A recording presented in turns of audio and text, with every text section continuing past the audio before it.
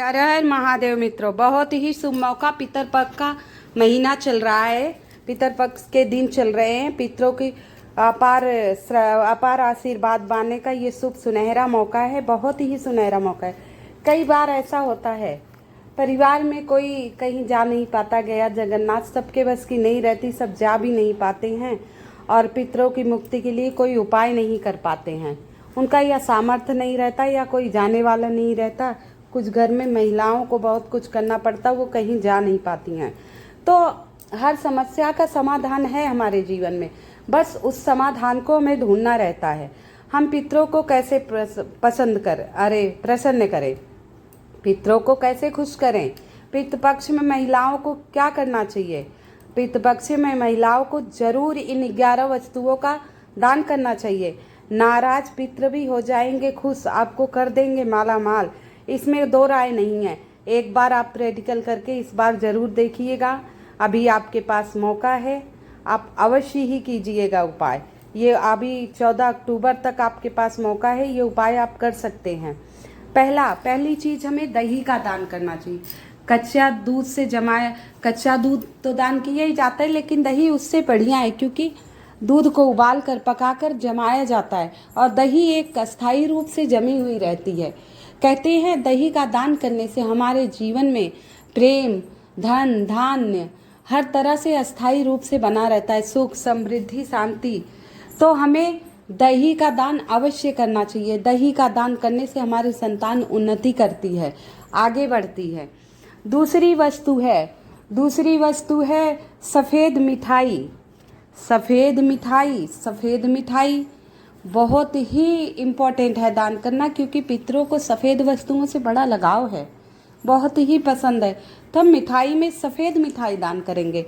दान उसे करना है ब्राह्मण को, गरीब बच्चों को, जितना हो सके गरीब लोगों को दान कीजिए।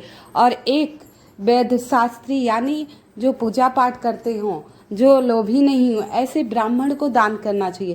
कहते हैं दान देने वाले पात्र का भी देखा जाता है, उसका स्वभाव कैसे, उसका चाल चलन कैसे, वही हमारे जीवन में असर आता है। दान हमें सुपात्र ब्राह्मण को ही देना है। तो आप सफ़ेद मिठाई का दान अवश्य कर दीजिएगा। पान का बीड़ा, पान बनवा के लाइए, उसमें तंबाकू, चूना ये सब मत दड़ाइए, मीठा पान बनवा लीजिए। मीठा पान बनवा के लाइए और सुपात्र ब्राह्मण को दान कीजिए, जो वो खाए। कहते हैं ऐसे पान का बीड़ा दान करने से जीवन में रंगत बनी रहती है, रंग बिरंगी खुशियाँ आती रहती हैं, जीवन में उदासी नहीं होती, हर तरह चारों तरफ से खुशियाँ आती। छोटे छोटे से उपाय हैं, छोटी छोटी सी बातें हैं, जो करने से हमारे जीवन में बहुत ही लाभ होता है। अब इन 3 वस्तुओं के बारे में हमने बताई। आगे बढ़ने से पहले आप सभी से निवेदन है, जो मेरी आवाज़ प्रथम बार सुन रहे हैं, कृपया मेरी वीडियो को लाइक एवं सब्सक्राइब और आगे शेयर कर दीजिएगा अपनी बहनें, माताएं, भाइयों के पास, जिससे ये इसमें से कुछ वस्तुएं दान कर सके। अगर पूरा 11 वस्तुएं नहीं तो 2, 1, 3, 4, जो भी उनका सामर्थ्य वो कर सके और पितृदोष से मुक्ति पा सके। जूता चप्पल दान करने से राहु, शनि ये ग्रह सुधर जाते हैं, अच्छे दोष, बुरे दोष दूर हो जाते हैं, हमारे ऊपर अच्छे दोष आने लगते। तो आप जूते चप्पल का दान अवश्य कीजिए। ध्यान रखिएगा जूते चप्पल सफ़ेद या काले रंग के हो तो जूते चप्पल का दान अवश्य कीजिएगा। ये सब चीज़ें हमारे पितरों को मिलती है। छतरी बहुत ही इम्पोर्टेंट चीज़ है। छतरी कहते हैं छतरी दान देने से पितरों की छाया रहती है, वो कभी भी बरसात धूप में भीगते नहीं, इसलिए छतरी का दान भी बहुत इम्पोर्टेंट है। हर एक चीज़ बहुत ही ज़रूरी है, तो इसका दान अवश्य करिए आप। नमक बिना कोई भोजन में स्वाद नहीं आता, भोजन में स्वाद बिना नमक के नहीं आता।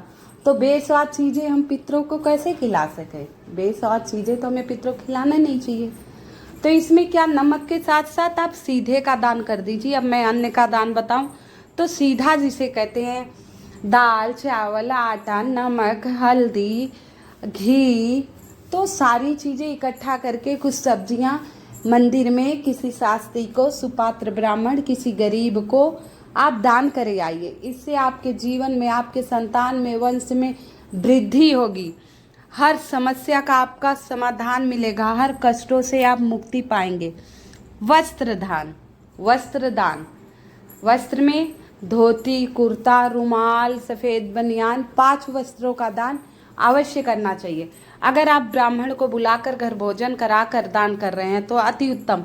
अगर आप भोजन नहीं करा रहे हैं तो उन्हें एक सीधा, और उसके बाद अगला है दक्षिणा। दक्षिणा में ये नहीं है कि आप धन ही दीजिए, थाली, लोटा, मतलब कुछ नई चीज़ें लाकर आप दक्षिणा के तौर पे दे सकते हैं। बिना दक्षिणा के कोई दान पुण्य नहीं होता है, तो ये दान करने चाहिए। अब इसमें हमारा रह गया ये सफ़ेद केला, केला, फलों में केला, फलों में केला, ये तो भगवान विष्णु को भी प्रिय है और पितरों को भी प्रिय है। तो कुछ ना कर पाइए, 1 दर्जन केला लाकर किसी ब्राह्मण को या बच्चों में आप बांट दीजिए। ये कार्य अवश्य कीजिए। आप बच्चे बुला लीजिए, 2-4 बच्चे हैं या किसी मजदूर के बच्चे, ब्राह्मण को तो देना ही है लेकिन बच्चों को भी आप दे दीजिए।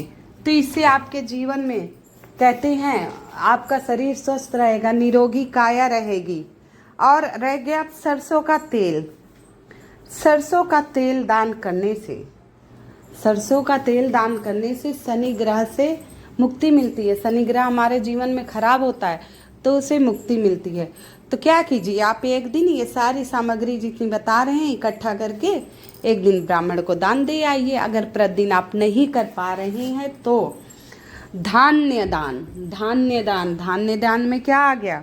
धान्य दान में मतलब धन का दान ही नहीं, इसमें कोई भी चीज़ें आप दान कर सकते हैं। अन्य गेहूँ, बाजरा, ज्वार, इससे वंश की वृद्धि होती है, इससे वंश की वृद्धि होती है। ये मैंने आपको छोटे छोटे कुछ दान की चीज़ें बताई, आप सुन नहीं पाए तो दोबारा सुन लीजिए। केला, सफ़ेद मिठाई, दही, पान, तेल सरसों का, दीपक जलाओ, सरसों के तेल का दीपक, दान नहीं करो, सरसों के तेल का दीपक प्रतिदिन अपने पितरों के लिए अवश्य प्रज्वलित करें। नमक का दान करें, जूते चप्पल का दान करें, सफ़ेद या काले और किसी रंग के नहीं। वस्त्र दान अवश्य करें। वस्त्र दान आप देख लीजिए किस प्रकार आपको करना है। 5 वस्त्रों का दान अवश्य करें, नहीं तो सफ़ेद 5.25 मीटर कपड़ा आप दान कर सकते हैं। छाता दान करें। धान्य दान, धान्य दान में आप सारी वस्तुएं आ गई वंश वृद्धि के लिए। दक्षिणा अवश्य दीजिए, बिना दक्षिणा दिए ब्राह्मणों को विदा नहीं किया जाता है, और उनके चरणों में गिरकर आशीर्वाद लीजिए। पितरों का ध्यान अवश्य कीजिए। कहते हैं गाय को रोटी जरूर खिलाइए, इन दिनों में पितरों का वास होता है। ऐसा करने से चारों तरफ खुशियां ही खुशियां रहेंगी। अगर आप छत पर रोटी रखा रहे, अगर उसे कौवा खा लिया तो समझ लीजिए आपको पितरों का आशीर्वाद मिल चुका, आपको पितरों का आशीर्वाद मिल रहा है। अगर उस कौवे ने भोग लगा लिया, समझ लो आपके पितरों का आशीर्वाद आपको मिल गया और पितर आपके बहुत खुश हैं। और रोटी ले जाकर 2 टुकड़ों में कर कुत्ते को अवश्य खिलाइए। ये पितर पक्ष में, कनागत के दिनों में आप इन 3 जानवरों को रोटी अवश्य खिलाना है, गाय, कौवा और कुत्ते को। और जो वस्तुएं मैं बताई उसे दान अवश्य देना। हर हर महादेव, हर हर महादेव।